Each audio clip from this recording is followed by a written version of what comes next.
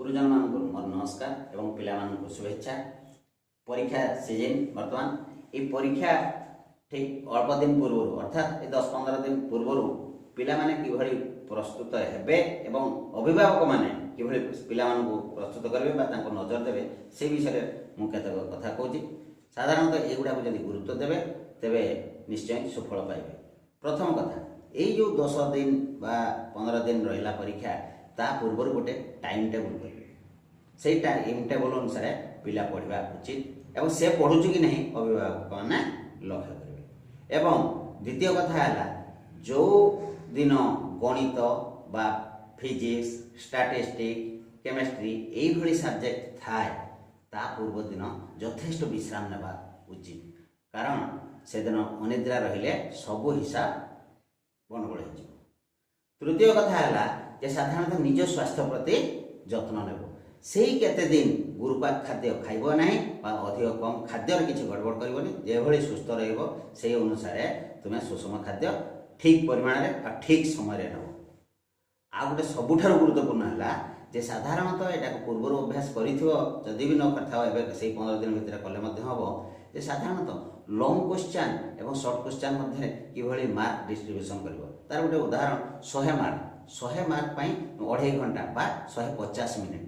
तेरे तुम्हें जो लॉन्ग क्वेश्चन लिख लॉन्ग क्वेश्चन प्रति मार्क 2 मिनिट, जदि शॉर्ट क्वेश्चन होता है प्रति मार्क 1 मिनिट, आ जदि ऑब्जेक्टिव टाइप रही है टेस्ट पूरण बा एटा नाम लिख बा एटा पूरण कर तेबे भूल ठीक बाछ तेबे से मात्र हाफ मिनिट समय देव। यही भली जदि भाग कर तुम्हें टाइम को ठीक एडजस्ट कर परिबो। आउ गोटे कथा प्रश्न आराम से पढ़ 10 मिनिट प्रश्न पढ़ाई रख एवं शेष जो समय किसी हाथ में रही से अनुसार तुम्हें रिविजन कर कथा को जदि तुम्हें मन रख निश्चय भल कर। आउ शेष कथा है जो दिन परीक्षा से दिन तुम्हें घर बाहर की जीवा बेले से घर बाहर ठारू परीक्षा आरंभ हवा पर्यंत विशेष कथबार्ता करना क्या सागर निहाती जरूरी ना काम एंड क्वाइट भाव में पूरा शांत भाव में जीव जहाँ पढ़ी मन धरी जदि मध्य डिस्टर्ब करे एणु तेणु कथा हो तेज निश्चय से गड़बड़ हम ठीक समय ठीक कथा मन पड़ोनी। तुम्हें शुणी ये परीक्षार फेरवा पर कथा गुरुजन मैंने भी शुणी पिला भी कथबार्ता होते ए हे मु छानिया भूलीगली मत कि आसलानी आमर तो समय अंटिलानी ये विभिन्न अभियोग करते सेगुड़ा बचापी पूर्व प्रस्तुत हे।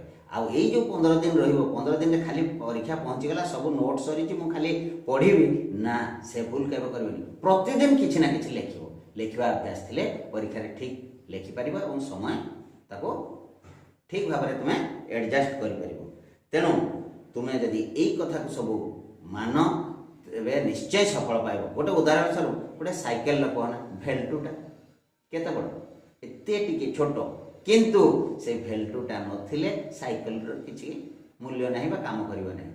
ठीक सेमती ये छोट छोट कथा जो गुड़ाक कहली से गुड़ाक जदि गुरुत्व देव तुम्हें वर्ष सारा पाठ पढ़ा पर जी लाभ पाइबा कथा ये 15 दिन भितर निश्चय ताठारू अधिक लाभ पाइब।